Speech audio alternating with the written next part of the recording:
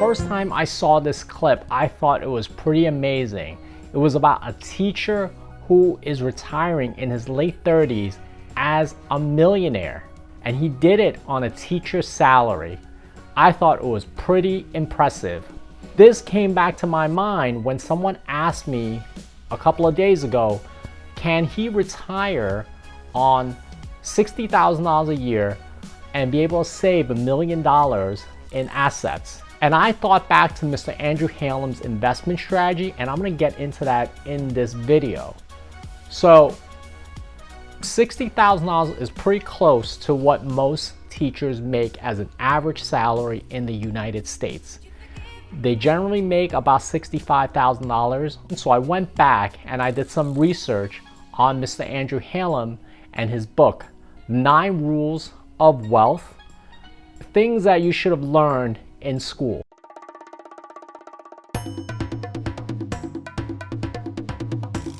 For this video, I want to delve into this a little more because for those that may not make a 6-figure salary, this is a very important tip of what he did to get to $1 million in his late 30s. I also have a question for you guys out there. Which would you take?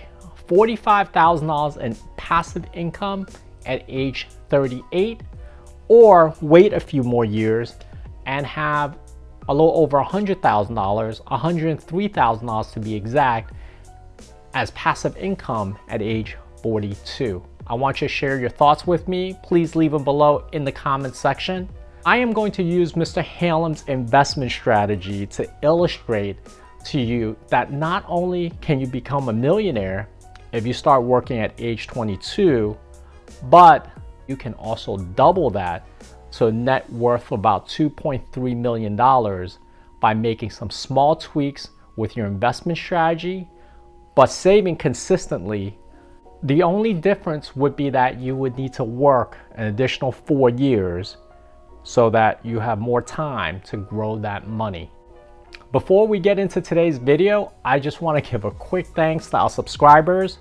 And more importantly, I want to give a sincere thanks to all the teachers out there who have taught us the fundamentals of math, reading, writing, and those who have inspired us to pursue our dreams. And I hope the content that I'm sharing today with you can help you reach your financial goals. Well, let's get into how Mr. Hallam did it with his investment strategy. From what I gathered, he started investing when he was about 19 years old. Despite having some student loans, he was able to pay everything off rather quickly. I am going to reverse engineer some of these numbers and show you how he got to saving this $1 million portfolio by the time he was 38 years old. I am going to assume that he started teaching at age 22 out of college. Mr. Hallam made an average salary of about $65,000 a year, and he invested about $1,800 in his net income each month into his investment account. And at the same time, he was averaging 12% every year on his investments, and that he had 16 years to compound this growth to get to the $1 million mark. Now, for those viewers out there, the 12% compounding each year is slightly higher than what the average return is on the S&P index. He talks about index funds, and I just want to make it clear that the 12% on average is a little higher than what the average S&P funds would be yielding. So I am making the assumption that he supplemented his index funds with other types of assets to pull his average return to the 12% mark. When you study his rules in the book, they're fairly simple, but they're elegant. When these rules are applied consistently, they are awesome in creating wealth.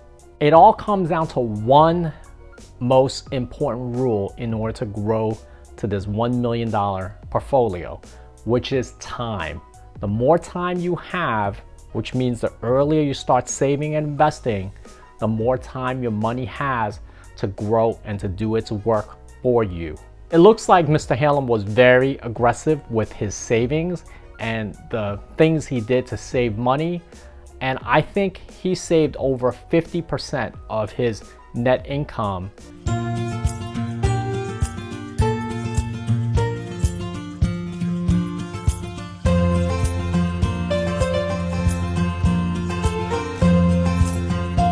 And that's how he was able to keep consistently saving and adding to his investment account. The major rules that we should talk about in his book, and I want to just give you a quick summary of them, are the following. He doesn't believe in blowing your money away on what he calls Rolexes and Jags. Completely agree with him. Those are just showy things that just don't do much in terms of adding value and growing your money. I know the watch collectors out there may disagree. He invested really early, as we saw, and the time value of money, the time that he has to grow his money, allowed him to really hit that $1 million mark. He also believes in paying back all his debt, and the way he describes it, which is paying back those loans with the highest interest rates, that's the avalanche method.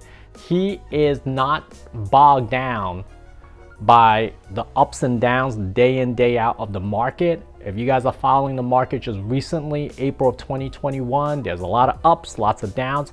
He's not bogged down by that. He has the market psychology to know that the market will consistently go up over time.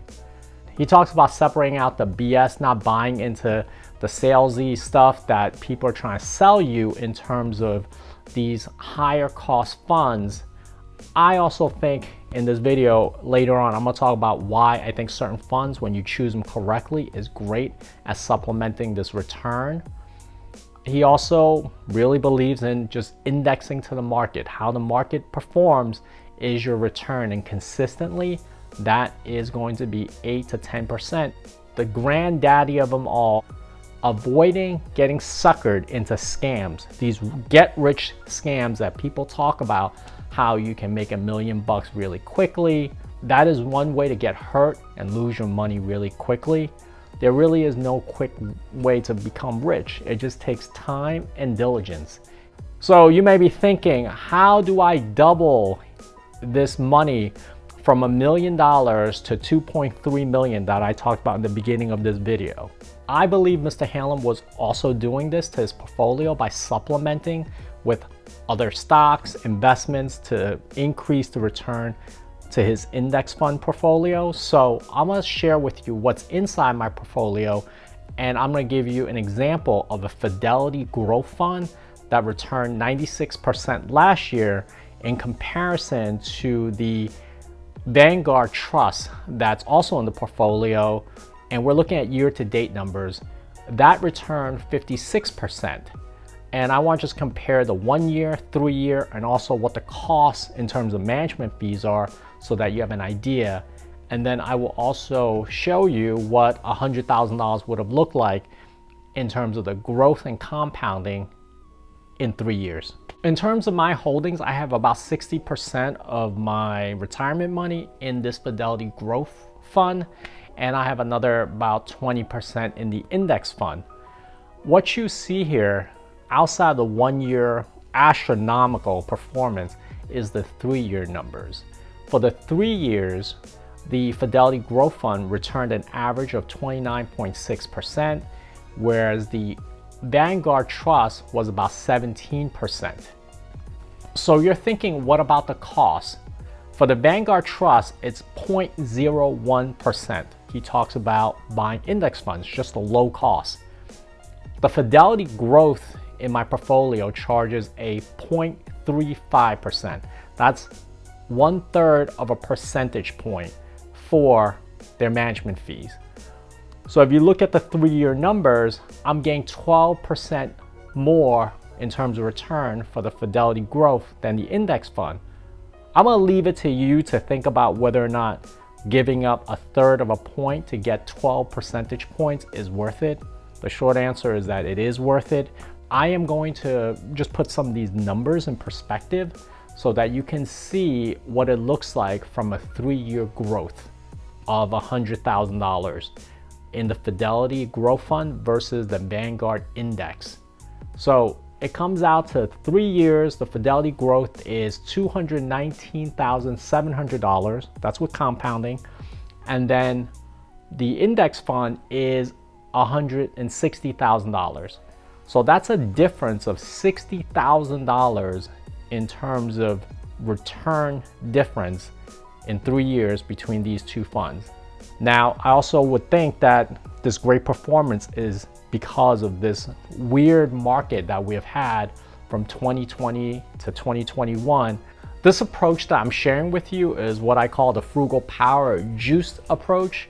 It's just adding a little more growth to the overall portfolio. You only need 1.2% more a year in order to get to the $2.3 million. So what I'm saying is that instead of 12% return over the 16 years, you need 13.2% for 20 years. And at the end of 20 years, you will have $2.3 million in your portfolio. I also believe that if you can keep 70 or 80% of your money in index funds, this is for minimal risk, and put 20 or 30% into the higher growth type of funds, you will be able to get higher performance overall in your portfolio. You may say, great, I doubled my money. So the end goal is about financial freedom. It's about living off of this principle and getting passive income so that you can retire comfortably. So this is what I suggest. Buy a good REIT or any type of instruments that give you a 4.5% return. And I'll show you what the numbers look like. If you had $1 million, you would be getting return of $45,000 in passive income every year. If you had $2.3 million in your portfolio, the 4.5% would deliver a little over $100,000 in passive income to you each year. Which would you rather have? The $100,000 at age 42 or $45,000 of passive income at age 38? I'm gonna let you be the judge of that, and you can share with me your comments and thoughts because all of us have different financial goals. Mr. Hallam, if you are watching this video, I would love for you to give me your thoughts and what you think of my take in terms of growing this portfolio for most teachers, people making $60,000, $65,000 a year, and retiring with either $1 or $2.3 million in retirement money. If you found this video helpful in any way, please, would love it if you give me a thumbs up. And if you like the content of the channel that I'm putting out, please subscribe to the channel. Would help me grow, and I really appreciate that. And until the next time, happy hustling towards your dreams. Take care.